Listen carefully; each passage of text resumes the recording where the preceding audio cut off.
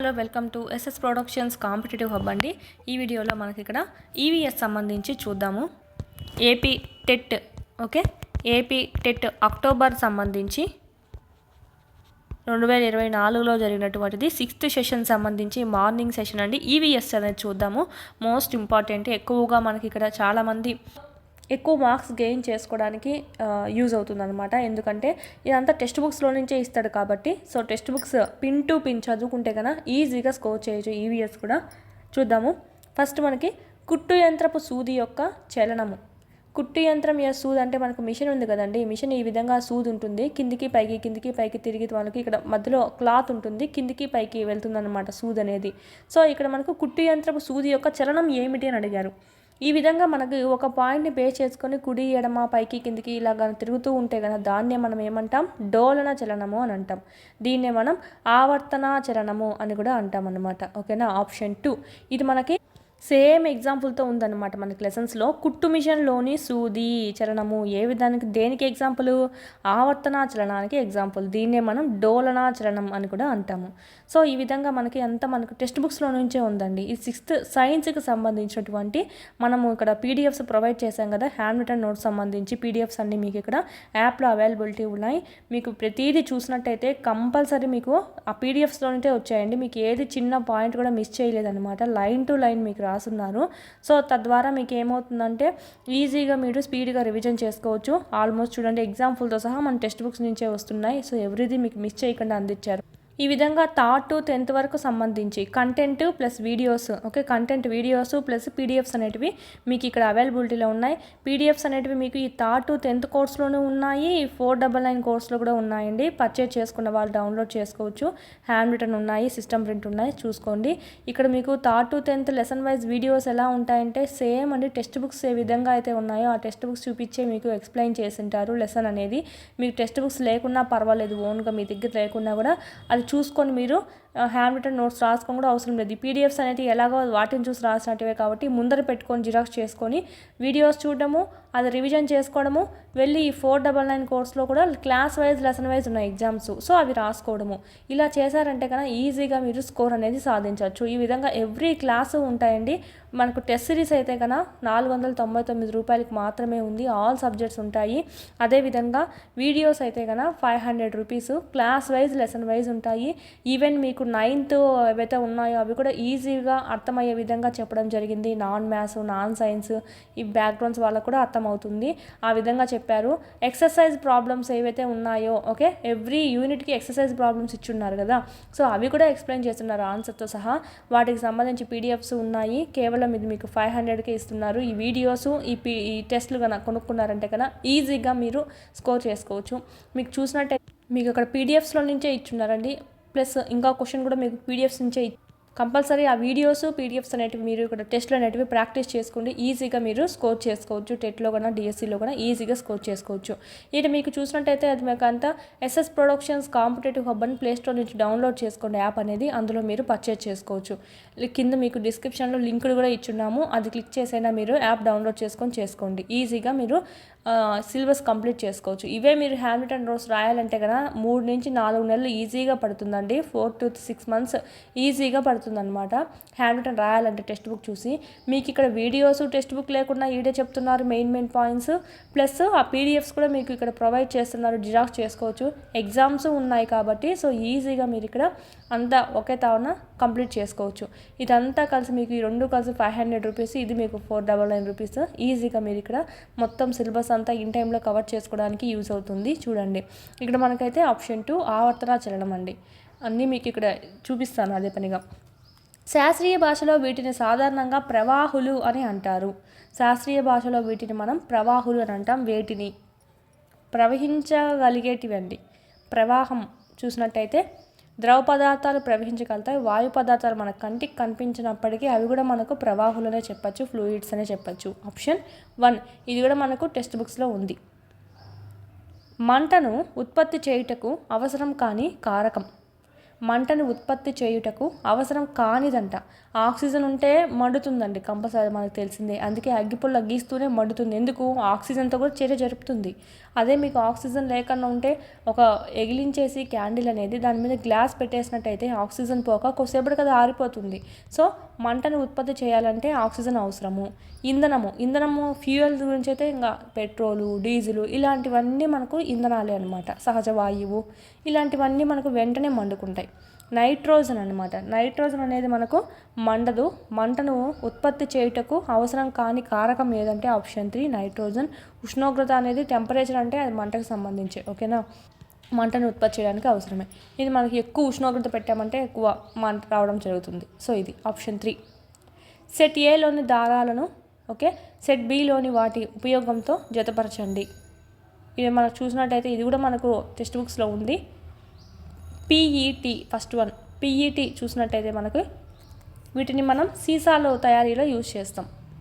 Nylon అండి, parachute తయారు చేయడానికి యూజ్ చేస్తాం. మరియు మనం బ్రష్ చేస్తాం కదా, బ్రష్ చేసేది కూడా అది కూడా మనకు నైలాన్సే.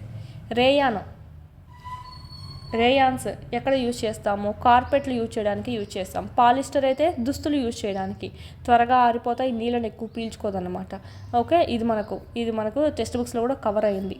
కృత్రిమ దారాలు అనేటువంటి లెసన్ కూడా ఉందండి మనకు, దాంట్లో అంతా వీటి గురించే ఉంటుంది. ఇదైతే మనకు option 4 is the right answer. Text books దాటి మాత్రం వెళ్ళట్లేదు, చూసుకోవాలి. ఇది హరిత గృహ వాయువు కాదు. మనకు లెసన్స్లో ఇచ్చున్నారు గ్రీన్ హౌస్ ఎఫెక్ట్కు కారణమయ్యేటువంటి వాయువులు అని ఇచ్చారు. సో కానిది ఏదో కనుక్కోవాలి ఇక్కడ. నైట్రోజన్, నీటి ఆవిరి, కార్బన్ డైఆక్సైడ్, మీథేన్. మనకి ఇది ఆ నైట్రోజన్ అనేది హరిత గృహ వాయువు అనేది కాదనమాట. ఇవన్నీ హాని కలిగించేవి మిగతావి. ది అనిమల్స్ చూసినట్టయితే పదునైన కొరికే దంతాలు ఉంటాయి మరియు బలమైన నవిలే దంతాలు గల జంతువులు. ఇది చూడండి, ఇది మనకు ఇది మనకు 2 ఆప్షన్స్ ఇచ్చారు. మనకి వీళ్ళు తప్పివ్వడం జరిగింది. 2 ఆప్షన్స్ ఇచ్చారు మనకి. ఆప్షన్స్ మామూలుగా చూడండి, పదునైన కొరికే దంతాలు ఉండాలి మరియు బలమైన నవిలే దంతాలు కూడా ఉండాలి. పదునైన కొరికే దంతాలు ఎవరికి ఉంటాయి? మనకు ఇక్కడ మాంసాహార జంతువులకి ఉంటాయి. బలమైన నవిలే దంతాలు ఎవరికి ఉంటాయి?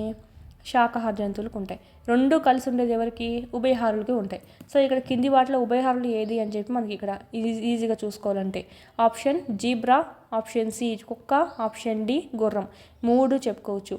ఇక్కడ ఆప్షన్స్లో మనకి బీడీ అన్న ఇచ్చారు, బీసీ అన్న ఇచ్చారు. సో ఈ 2 మనకు రైట్ ఆన్సర్లే అవుతాయి. అందుకే మనకు కీ కూడా మనకు ఆప్షన్ 2, 4 2 ఇచ్చారండి ఫైనల్ కీలో. ఇది కూడా మనకు లెసన్స్లో ఉంది సేమ్.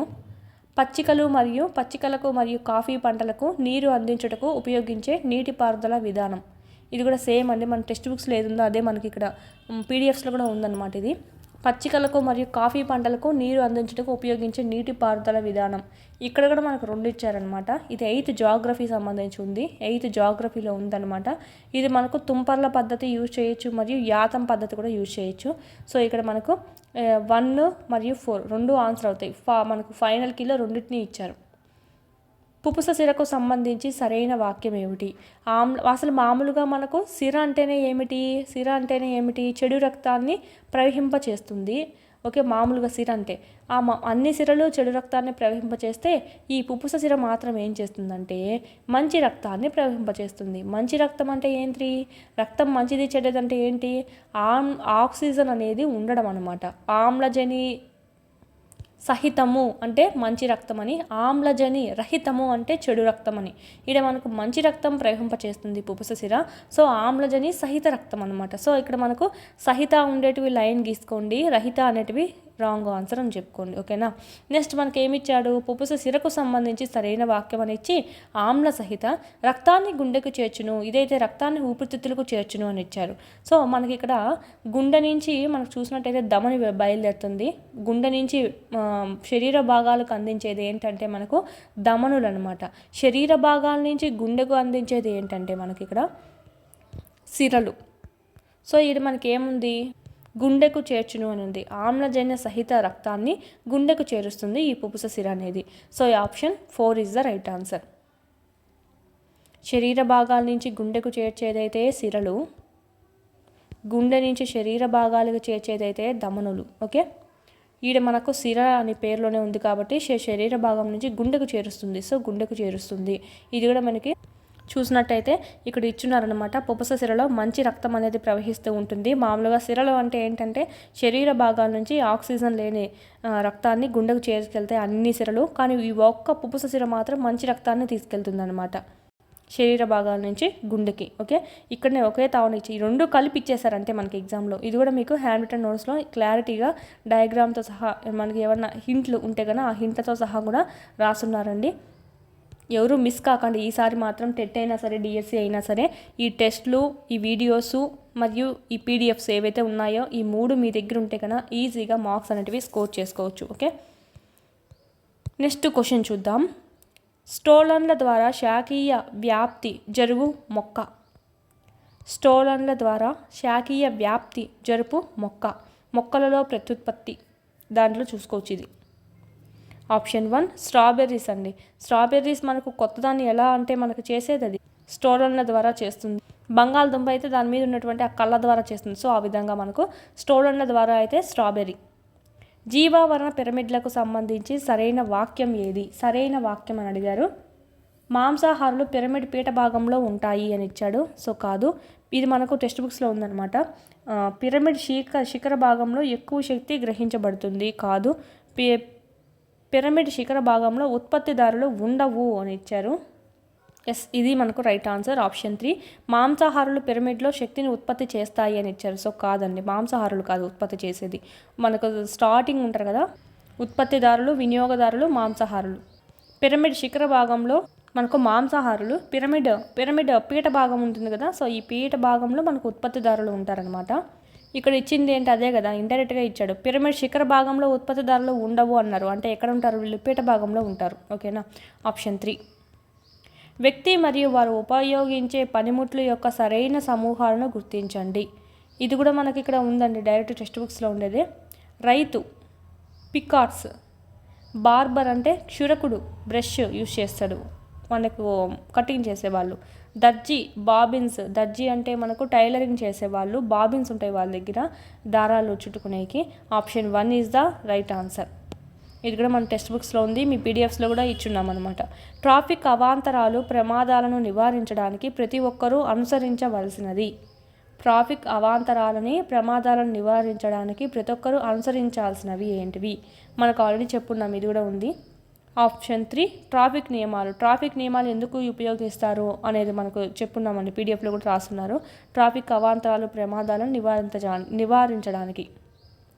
అల్లూరి సీతారామరాజు జిల్లా ప్రధాన కేంద్రం ఏమిటి? న్యూ డిస్ట్రిక్ట్ సంబంధించి మనకి ఇచ్చారు. సో చూసుకోవాలి. అల్లూరి సీతారామరాజు జిల్లా ప్రధాన కేంద్రం ఏమిటి? పాడేరు. ఆప్షన్ 3 ప్రధాన కేంద్రం అండి. మీకు యూట్యూబ్లో ఉన్నటువంటి 3, 4, 5 అనేది ఓల్డ్ డిస్ట్రిక్ట్స్తో ఉందన్నమాట. అప్పటికి మనకు సిలబస్ ఓల్డ్ మార్చలేదు వాళ్ళు. సో ఇక్కడ న్యూ 2024 సంబంధించి న్యూ డిస్ట్రిక్ట్స్ ఇచ్చారు 3, 4, 5 అనేది. సో ఇవి మీరు యూట్యూబ్లో ఉండేటివి చదవద్దండి. యాప్లో మీకు 3rd to 10th క్లాసెస్ కోర్సులో అప్డేట్ చేశారు. ఈ కోర్సులో మీకు అప్డేట్ చేశాము 3, 4, 5 న్యూ సంబంధించి. ఇక్కడ న్యూ డిస్ట్రిక్ట్స్ అనేవి చెప్పింటారనమాట. ఈ లెసన్స్లో కొన్ని జిల్లాలు వస్తాయి. సో అవి మనకి న్యూ డిస్ట్రిక్ట్స్ ప్రకారమే చూసుకోవాలి, టెక్స్ట్ బుక్లో ఇచ్చినట్టు. సో ఇక్కడ మీరు యూట్యూబ్లో ఉండేవి వినొద్దండి, ఓల్డ్లో ఉన్నాయి. ఇక్కడైతే న్యూ ఉన్నాయన్నమాట. మీరు ఇక్కడ ఎవరైతే పర్చేస్ చేసుకుంటారో వాళ్ళు ఈజీగా వినొచ్చు అనమాట. అదేవిధంగా యూట్యూబ్లో ఇంకా 8th హిస్టరీ ఇలాంటివి ఏం పెట్టలేదు కదా. 8th history, 8th geography, 9th maths, 9th physics ఇవన్నీ మనకి ఇక్కడ ఈ క్లాసెస్లో అప్డేట్ అవుతూ ఉన్నాయి. డైలీ ఒక్కొక్క సబ్జెక్ట్ అప్లోడ్ అవుతూ ఉందన్నమాట. సో చూసుకోవాలి. ఇక్కడ మనకు పీడిఎఫ్స్ కూడా ఆల్రెడీ అప్లోడ్ చేస్తున్నాం, జిరాక్స్ చేసుకోవచ్చు. 10th వరకు పెట్టున్నారండి. 10th వరకు 3rd నుంచి 10th వరకు మొత్తం ఇచ్చున్నారు. 3rd to 9th new, 10th old. ఈజీగా మీరు ఇక్కడ పర్చేజ్ చేసుకుంటే ప్రిపేర్ అవ్వడానికి చాలా ఈజీగా ఉంటుంది. అదేవిధంగా ప్యారలల్గా మీరు ఎగ్జామ్స్ కూడా రాస్తూ ఉండండి. ఎట్లా బిట్లు వస్తున్నాయి అనేది, ప్లస్ కొత్త బిట్లు కొత్త విధాలుగా మీకు ఇవ్వడం అనేది జరుగుతుంది. ఓకే, నెక్స్ట్ చూద్దాము. కింది వాణిలో ఆంధ్రప్రదేశ్లో పెన్నా నది ప్రవహించని జిల్లా. మనకి ఒక బాక్స్ అనేది ఇచ్చారండి, 7thలో ఇచ్చారు. 7th మేబీ 6th సైన్స్లో ఉంది మనకి. ఇక్కడ మనకు ఆంధ్రప్రదేశ్లో ఉండేటువంటి జిల్లాలు ఏంటివి అని చెప్పి మనకు ఒక్కొక్క నది ఇచ్చారు. గోదావరి నది ప్రవహించేది, ఇలాగ మనకు తుంగభద్ర నది ప్రవహించే జిల్లా అని చెప్పి ఇచ్చారు. అలాగ మనకు పెన్నా నది ప్రవహించే జిల్లా, వంశధార ప్రవహించేటువంటి జిల్లా, ఇదంతా ఇచ్చారనమాట. ప్రవహించిన జిల్లా అడిగారు ఇక్కడ. వాటిలో లేనిది చూసినట్టయితే ఆప్షన్స్ ఆప్షన్ 1 ఇది కూడా మనకు న్యూ డిస్ట్రిక్ట్స్ ప్రకారం ఇచ్చారు, చూసుకోవాలి. నంద్యాలలో ప్రవహించదనమాట. కడప, సత్యసాయి జిల్లా, నెల్లూరులో ప్రవహిస్తుంది. ఇక్కడ చూడండి మనకి ఇక్కడ 5th EVS అనమాట. హ్యాండ్ రిటన్ నోట్స్ ఉంది కదా మంది. సో దాంట్లోంచి ఇక్కడ పెన్నా అనేది చూసినట్టయితే నెల్లూరు నుంచి పోతుంది, కడప నుంచి పోతుందండి. ప్లస్ మనకి ఇక్కడ అనంతపురం కూడా పోతుంది. ఈ విధంగా ఉంటుందన్నమాట. సో సత్యసాయి జిల్లా నుంచి కూడా పోతుంది, ఈ విధంగా ఇట్లా వెళ్తుంది. ఇక్కడ మనకు నంద్యాల అనేది టచ్ అయ్యేదనమాట. సో ఇక్కడ మనకు ఆంధ్రప్రదేశ్లో పెన్నా నది ప్రవహించని జిల్లా ఏదంటే నంద్యాల. ఓల్డ్ డిస్ట్రిక్ట్స్ ప్రకారం అయితే అనంతపురము, కడప, నెల్లూరు అని రావచ్చు. ఇక్కడ మనకు న్యూ డిస్ట్రిక్ట్స్ అడిగారు కాబట్టి సో సత్యసాయిని కూడా కలుపుకోవాలి ఇప్పుడు, ఓకేనా. ఈ విధంగా ఉంటుంది. ఇక్కడ మనకు ఇది ఓల్డ్ డిస్ట్రిక్ట్స్ ప్రకారము. ఇక్కడ మనకు ఎక్కడ కలుస్తుంది అనేది మాత్రం మారదనమాట. న్యూలో అయినా ఓల్డ్ అయినా సేమ్ అదే ఉంటుంది. సో ఇక్కడైతే మనకు పెన్నా నది అడిగారు, చూసుకోండి. నెక్స్ట్ అదేవిధంగా మనం ఇంతకుముందు చూసుకున్నాం కదా, అల్లూరు సీతారామరాజు జిల్లా గారి యొక్క అది ప్రధాన కార్యాలయం ఎక్కడ ఉంది అని చెప్పి పాడేరు. ఇదైతే మనకు 4th EVSలో ఉంది హ్యాండ్ రిటన్ నోట్స్లో. నెక్స్ట్ క్వశ్చన్ చూద్దాం. అక్షాంశాలకు సంబంధించి సరైన వాక్యాలు గుర్తించండి. అక్షాంశాలు భూమధ్య వద్ద దూరంగా ఉండి ధృవాల వద్ద కలుస్తాయి. అక్షాంశాలు ఒకదానికొకటి ఎక్కడే కలవు. అక్షాంశాలను మధ్యాహ్న రేఖలు అని అంటారు. అక్షాంశాలు భూమధ్య రేఖకు సమాంతరంగా ఉండేటువంటి అదృశ్య రేఖలు. ఆప్షన్స్ ఇక్కడ చూసినట్టయితే అక్షాంశాలకు సంబంధించి 6th సోషల్ అండి. ఇది 6th social hand return notes అనమాట. మన పీడిఎఫ్స్ భూమధ్య రేఖకు సమాంతరంగా ఉంటాయన్నమాట. ఇది ఒకదానికొకటి సమాంతరంగా ఉంటూ ఒకదానికొకటి ఎప్పటికీ కలుసుకోవు. అక్షాంశాలు అనేటివి ఈ విధంగా ఉంటాయి, ఎప్పటికీ కలుసుకోవు అనమాట, ఓకేనా. ఇది మనకు ఈ 2 వాక్యాలు అనేటివి రైట్ అవుతాయి. ఎక్కడున్నాయి అది? ఒకదానికొకటి ఎప్పటికీ కలవవు, అక్షాంశాలు భూమధ్య రేఖకు సమాంతరంగా ఉంటాయి. So option B and D అనేటివి రైట్ అనమాట. సో ఇవి మనకు రేఖాంశాలకు సంబంధించి, ఇది మనకు తప్పు. రేఖాంశాలు ఎలా ఉంటాయి? రేఖాంశాలు భూమధ్య రేఖ వద్ద ఏమో దూరంగా ఉండి ధృవాల వద్ద కలుస్తాయి. ఇక్కడ రేఖాంశాలు ఈ విధంగా ఉంటాయి చూడండి. ధృవాల వద్ద ఏమో ఎన్ని కలుసుకుంటాయి అనమాట, ఓకేనా. ఇక్కడేమో దూరంగా ఉంటాయి. రేఖాంశాలనే మధ్యాహ్న రేఖలు అని అంటాం. ఇక్కడ మనకు రేఖాంశాలకు సంబంధించి ఈ 2 ఏఎస్సి అనేటివి. దీనికి సంబంధించి అయితే బిడి అండి 6th సోషల్లో ఉన్నటువంటిది. సో మీకు ఇక్కడ కొన్ని ఎతికి చూపించాను కానీ మిగతావన్నీ కూడా మీకు ఉన్నాయి కానీ వెతకలేదు అంతే. సో ఇవన్నీ మీకు చూపించినట్టయితే కొంచెం మీకు ఓకే నమ్మకం కుదరడానికి మేమే ఊరినే చెప్పట్లేదు అని మీకు తెలియడానికి మీకు ఇక్కడ అంతా చూపించడం జరుగుతుంది. సో చూడండి, మీకు ఆల్మోస్ట్ మీ హ్యాండ్ రిటన్ నోట్స్ అన్న జిరాక్స్ చేయించుకొని డౌన్లోడ్ చేసుకున్నారంటే కనుక ఈజీగా మీరు ఇక్కడ డౌన్లోడ్ చేసుకొని జిరాక్స్ చేసుకున్నారంటే ఈజీగా మార్క్స్ అంటే స్కోర్ చేయొచ్చు. ఎవ్రీ బిట్ చూసినట్టయితే మీకు ఈవీఎస్ సంబంధించి చూపిస్తూనే ఉన్నాను. ఇవన్నీ మీకు ఇక్కడ టెక్స్ట్ బుక్స్లో అదిగాక మనం రాసినటువంటి హ్యాండ్ రిటన్ నోట్స్లో ఉన్నాయన్నమాట. సో చూడొద్దండి, పర్చేజ్ చేసుకోండి వెంటనే. ఇవి మనకు 2 కోర్సెస్లోనూ ఉన్నాయి. 3rd to 10th సంబంధించి ఈ కోర్సులోనే ఉంది, 499 కోర్సులో కూడా ఉన్నాయి. ఇక్కడైతే మీకు వీడియోస్ అన్నీ ఉంటాయి, ఈజీగా చూడొచ్చు. టెక్స్ట్ బుక్స్ లేకున్నా పర్లేదు, ఈజీగా వీడియోస్ అన్నీ వినేసి పీడిఎఫ్స్ డౌన్లోడ్ చేసుకొని జిరాక్స్ చేసుకోవచ్చు. ప్లస్ రివిజన్ చేసుకొని ఈ ఎగ్జామ్స్ ఏవైతే ఉన్నాయో ఇవి రాసుకోండి, చాలా యూజ్ అవుతుంది. 499 రూపీస్కే మీకు ఇక్కడ ఎగ్జామ్స్ అనేటివి అవైలబిలిటీలో ఉన్నాయి. ఇవైతే ఎగ్జామ్స్, ఇవైతే మీకు వీడియో క్లాసెస్ అనమాట. ఎస్ఎస్ ప్రొడక్షన్స్ కాంపిటేటివ్ హబ్ అని చెప్పి ప్లేస్టోర్ నుంచి డౌన్లోడ్ చేసుకుంటే అందులో మీకు ఈ ఎగ్జామ్స్ వీడియోస్ అన్నీ వినుకోవచ్చు. సో ఇక్కడ మీకు ఏదైతే కోర్స్ ఉందో చాలా యూజ్ అవుతుంది, పర్చేజ్ చేసుకోండి. వీటి లింక్ కూడా మీకు కింద డిస్క్రిప్షన్లో ఇవ్వడం అనేది జరిగింది. నెక్స్ట్ క్వశ్చన్ అనేది చూద్దామండి. కేరళ రాష్ట్రంలో ప్రధానంగా ఉన్నటువంటి సహజ వృక్ష సంపద ఏంటి? ఇది 8th ఉందండి, 8th ఉంది. ఇది 8th జియోగ్రఫీ నుంచి ఇచ్చారు. ఇది కూడా మీకు నోట్స్లో మెన్షన్ చేస్తున్నాం. కేరళ రాష్ట్రంలో ప్రధానంగా ఉన్నటువంటి సహజ వృక్ష సంపద ఏమిటి? ఆప్షన్ 3 అండి. ఉష్ణమండల సప్తహరిత అడవులు అనేటివి ఉన్నాయి కేరళ రాష్ట్రంలో. Option 3 is the right answer. Text బుక్స్లో ఉందన్నమాట. నెక్స్ట్, ఈ సంవత్సరంలో జరిగినటువంటి లోక్సభ ఎన్నికలలో అతి తక్కువ ఓటింగ్ శాతం నమోదైంది. ఈ సంవత్సరంలో అంటే క్రింది ఏ సంవత్సరంలో అని చెప్పి మనకు పెద్దది ఒకటి ఇచ్చేసారనమాట బాక్స్. సో అక్కడ మనకి సంవత్సరాలు ఇచ్చారు, ఓటింగ్ శాతం ఇచ్చారు. వాటన్నిటితో పోల్చుకుంటే తక్కువ అనేది చూసినట్టయితే లోక్సభ ఎన్నికల్లో అతి తక్కువ ఓటింగ్ శాతం చూసినట్టయితే ఆప్షన్ 3 అనమాట. ఆప్షన్ 3 1971. క్రింది వారిలో ఆంధ్రప్రదేశ్కి చెందని స్వాతంత్ర సమర యోధులు. ఇక్కడ మనకు ఒక బుక్లో ఇచ్చారండి, మనకు స్వాతంత్ర సమర యోధులు ఏపీకి చెందిన వాళ్ళు, మామూలుగా ఏపీకి చెందకుండా నార్మల్ వాళ్ళు అని చెప్పి. సో ఇక్కడ ఏపీకి చెందని వాళ్ళు అని అడిగారు. ఇది మనకు 5th EVSలో ఉంది. యాక్చువల్లీ ఇక్కడ మనకు దీనికి యాడ్ స్కోర్ వచ్చిందనమాట. క్వశ్చన్ మనకు ఇది ఆప్షన్స్ అనేది తప్పిచ్చాడు, యాడ్ స్కోర్ వచ్చింది ఈ క్వశ్చన్కి మనకు ఫైనల్ కీలో. అందరికీ మార్క్స్ అనేది జాయిన్ అవుతుంది. మామూలుగా ఏపీకి చెందని స్వాతంత్ర సమరయోధులు చూద్దాం. ఇక్కడ ఏమి ఇచ్చారు? పొనక కనకమ్మ, దువ్వూరి సుబ్బమ్మ, కొండా వెంకటప్పయ్య, సరోజినీ నాయుడు అని ఇచ్చారు. మనకు ఏపీలో ఉన్నటువంటి స్వాతంత్ర సమరయోధులు మామూలుగా ఏపీకి చెందని వాళ్ళు చూసినట్టయితే ఇక్కడ మీకు ఇచ్చారు కదా ఇవి. ఇక్కడ మనకు ఆప్షన్స్లో ఏమి ఇచ్చారు? పొనక కనకమ్మ ఇక్కడ మనకు ఏపీకి చెందిన ఆమె. ఓకే, దువ్వూరి సుబ్బమ్మ ఇక్కడ మనకు ఏపీకి చెందిన వాళ్ళే. కొండా వెంకటప్పయ్య ఇచ్చారు, ఇక్కడ మనకు ఏపీకి సంబంధించిన వాళ్ళే. సరోజినీ నాయుడు వీళ్ళల్లో ఒకరిని ఇచ్చింటే మనకు ఇక్కడ సరిపోయిండు. సో వీళ్ళల్లో ఒకరిని ఇవ్వలేదండి, సరోజినీ నాయుడు గారు ఇచ్చారు, తను కూడా ఏపీకి సంబంధించే. సో అందుకనే మనకు ఆ క్వశ్చన్కి యాడ్ స్కోర్ అనేది రావడం జరిగింది. ఓకే, అన్నీ మనకు అయ్యే ఉన్నాయి కాబట్టి. సో చూద్దాము నెక్స్ట్ క్వశ్చన్. క్రింది వానిలో ఉపగ్రహాలు లేని గ్రహాలని గుర్తించండి. ఇది కూడా మనకు మెన్షన్ చేస్తున్నాం ఉంది క్లాస్లో. ఆప్షన్ 3 అండి, మెర్క్యూరీకి వీనస్కి ఎలాంటి ఉపగ్రహాలు లేవన్నమాట, 0. ఇది కూడా ఉంది మన పీడిఎఫ్స్లో. ఢిల్లీ సుల్తాన్ రాజవంశంలో అత్యధిక కాలం పరిపాలించినది.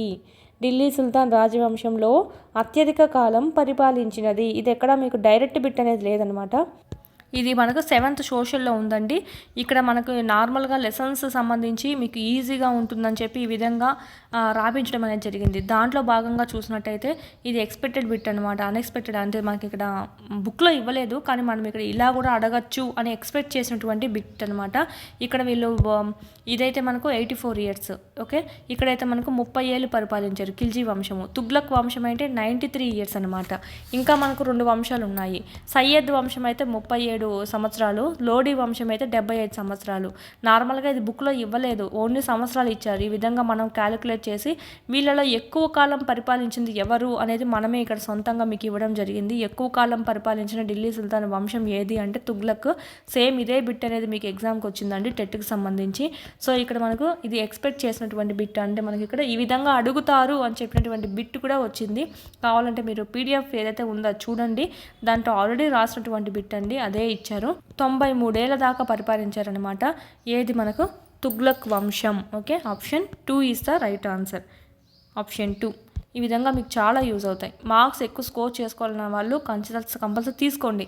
ఏదో మీ యాప్ కదా అర్థమంటే అదే చెప్పుకుంటున్నారని అయితే కాదండి. మీకు ఎక్కువ మార్క్స్ స్కోర్ చేసుకోవాలనే ఉద్దేశంతో, మీరు జాబ్లో సెట్ అవ్వాలనేటువంటి ఉద్దేశంతోనే మీకు ఇక్కడ అన్ని మాటలు చెప్పడం అనేది జరుగుతుంది. ఓకే, ఇది వ్యవసాయానికి భౌతిక పెట్టుబడి.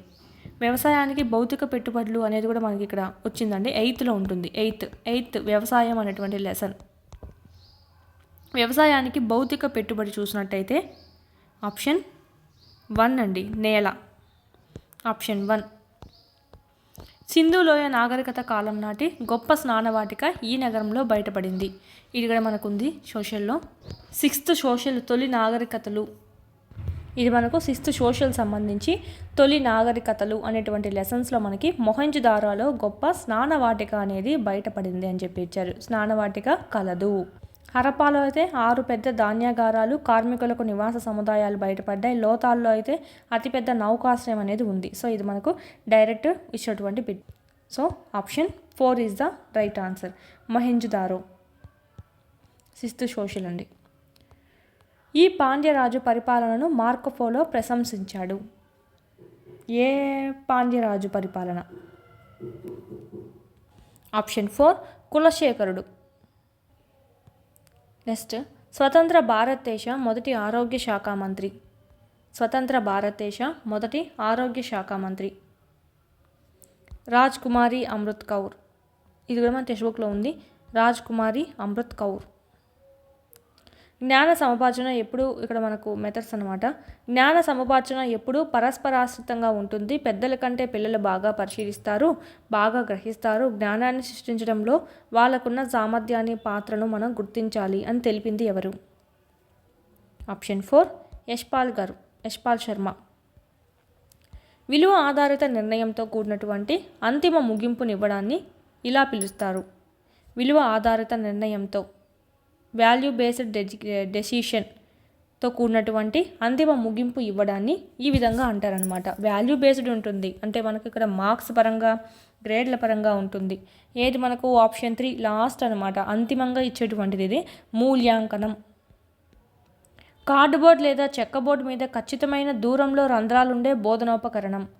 కార్డ్బోర్డ్ లేదా చెక్క బోర్డులో ఖచ్చితమైన దూరంలో ఈక్వల్ రేట్లో మనకు రంధ్రాలు ఉంటాయి. ఇది మనకు టీఎల్ఎం అని చెప్పుకోవచ్చు, యూజ్ చేసుకోవచ్చు పిల్లవాళ్ళకి చెప్పడానికి. ఇది మనకు పాఠశాలలో యూజ్ చేసుకుంటారనమాట. బోర్డ్స్ కిందకి యూజ్ అవుతుంది. ఇది కూడా మనకు టీఎల్ఎం కిందకి. ఆప్షన్ 2 పెగ్ బోర్డ్ అనమాట, పెగ్ బోర్డ్. నెక్స్ట్, సాంఘిక పరిసరాలలో హృదయపూర్వకంగాను ఉద్దేశపూర్వకంగాను కొనసాగే ఈ ఒక కార్యకలాపమే ప్రాజెక్టు అని నిర్ణయించింది ఎవరు? నిర్వచనం ఇచ్చింది ఎవరు? అసలు మనకు ప్రాజెక్ట్ పద్ధతి అంటూనే ఆప్షన్ 1 అండి, కిల్పాట్రిక్ గారే.